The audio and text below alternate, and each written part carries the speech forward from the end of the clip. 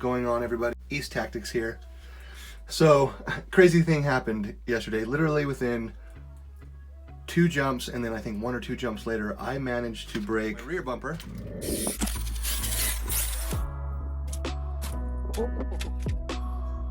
Oh, my bumper.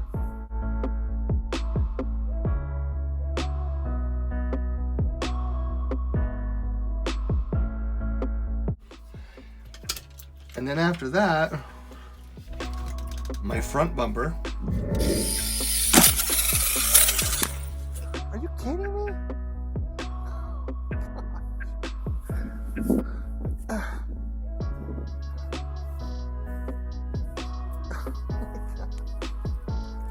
Really?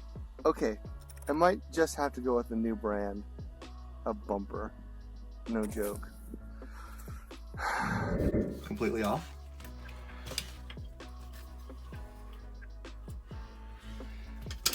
And then after that, I actually broke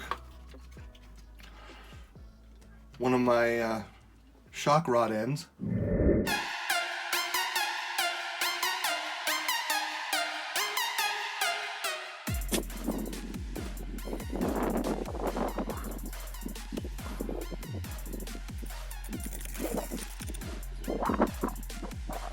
Oh, I finally broke a rod end. Well, that's a simple fix. These are one of my HD rod ends, I believe. Well, I'm gonna have to show you guys a modification. There we go. Did something break? Oh yeah, one of my rod ends broke. Okay, so the front end though, this rod end and this rod end are actually modified.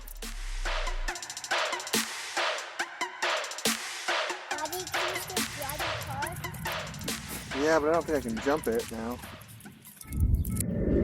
And believe it or not, this shock rod end is one of the more heavy-duty shock rod ends that you can pick up. It is an Arrma brand, and it's a really good rod end. In fact, I'm very impressed with them. If it wasn't for the fact that I don't feel like waiting a couple of days to get another pair in, I would totally just order another one. In fact, I'm going to order another set of these just to have on hand. But what I wanted to show you guys today was, if you're in a pinch and you want to basically make your own custom rod end, your car actually comes with these in a bag, and I think you get either, I know you get 2 of them, you might even get 4 of them, and these are really tanky. They're pretty heavy duty. This is the size of your typical rod end. And then if you look at this thing, massive difference in thickness, size, and beefiness. So what do? Well, I'm going to modify this one down to fit the parameters of this one. So the 2 things that obviously need to change are the length and also the size of that. So that it fits inside of this hole. So your typical rod end slides right down into this, like so. And this is too big. So we'll just take a Dremel and shave it down. Right here, I already have one of these that's been cut. Actually, it happened to just conveniently break at that spot, and the hole is not deep enough for me to get enough purchase. So what I'm going to do first is I'm going to take a drill bit and we're going to drill down into that another, 3 or 4 centimeters deep. So that's what I'll do first.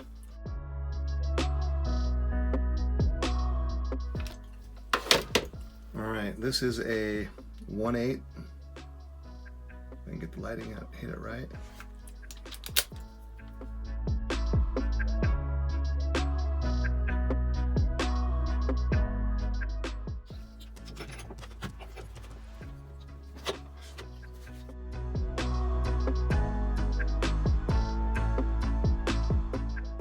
right.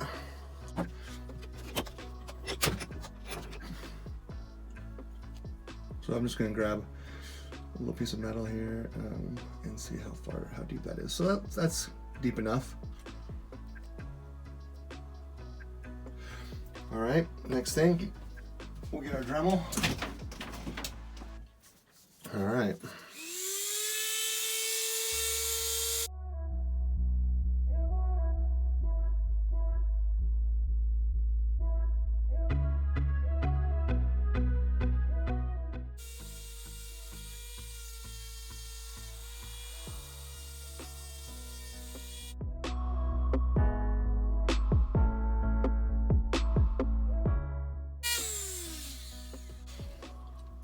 Pull some of this stuff off and see what it looks like.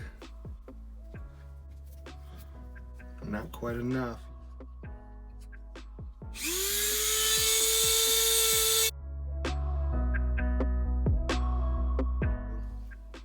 All right, see if we can get this thing to slide in there now. All right, there you go. So now it slides in there, and just to show you a difference in the size. So this right here is a stock rod end compared to my custom rod end.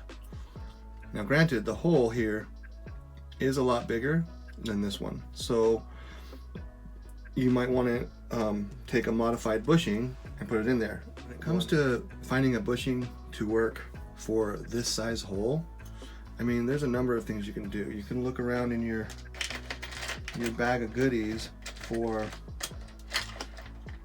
scrap parts. Like for instance, this right here is a broken end to one of the stock rod ends, right?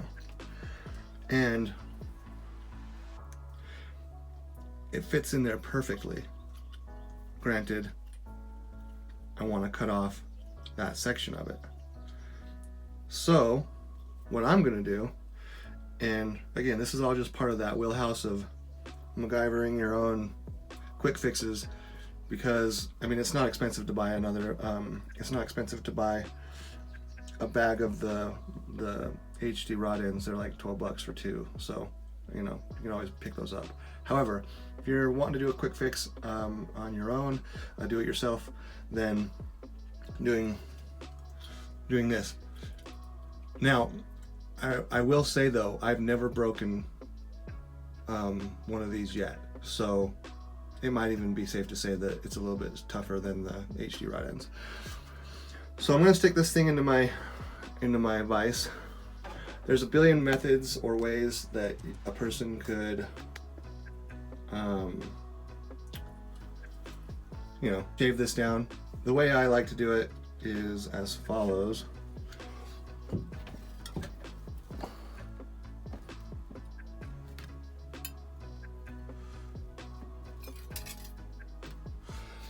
So it just basically shimmed that top right off.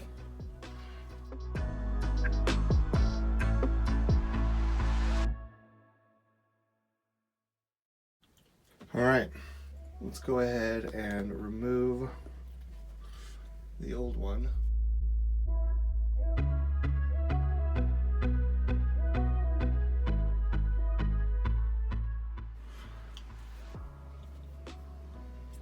These shock socks have been pretty cool. Started to rip, but I'd say they're doing a decent job keeping my shocks clean. Between that and the boot I have here, which is a balloon modification, which I have another video on. All right, I don't want to damage my shock rods, so I have this little piece of bent metal that I stick in my vice grips so that I don't clamp down with the teeth.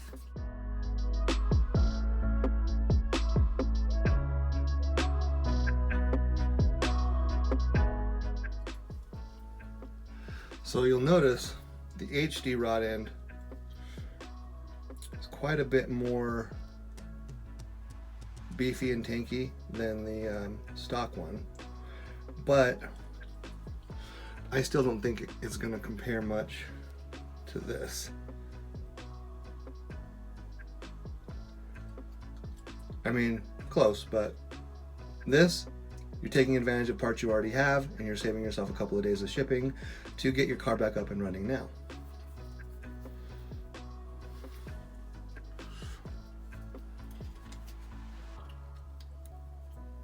It will eventually start to take.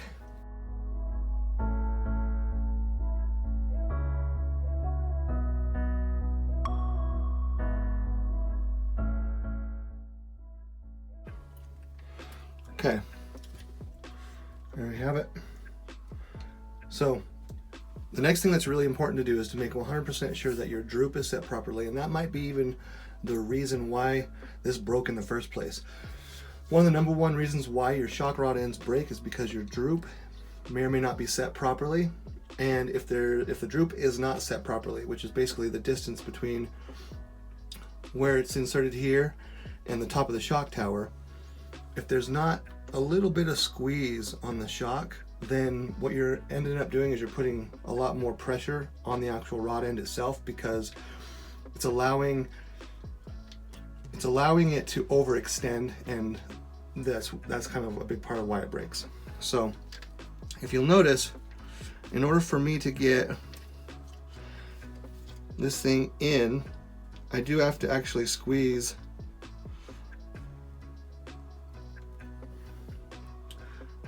that movement that you see right there. That's me squeezing the shock in a little bit. And so I'm pretty confident that my droop is actually set properly.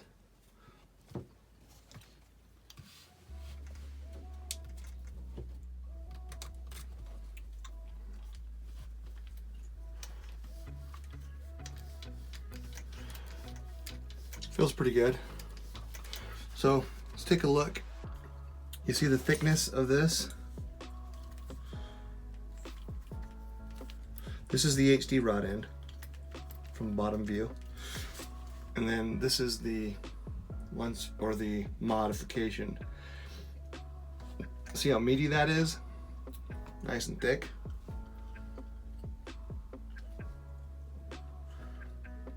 Well, that one's not too bad. Now, if you look at my front rod ends, you'll notice that those are they're modded rod ends. In fact, the turnbuckle link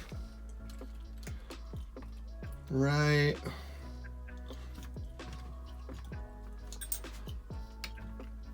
where you see right there, that turnbuckle link, that link is what I used for the front, doing this mod on the front rod ends. Again, Arrma sends you a bag of goodies, and it comes with a couple of these, which are actually the rear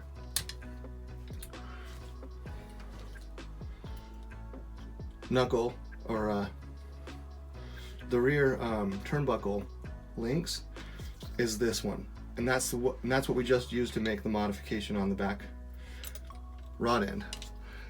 The front turnbuckle links, Arrma also sends you, I think 2 of those are what I've used on the front, and I have yet to break those 2 yet, and I basically broke a rod end on both rod ends on my front end within the first 2 or 3 runs when I got my vehicle out of the box. And then I used those turnbuckles from the front to replace it using the same method. Shaving it down to the length of a standard rod end, and then in this case dremeling quite a bit more, because this is a little bit more beefy than the front turnbuckles,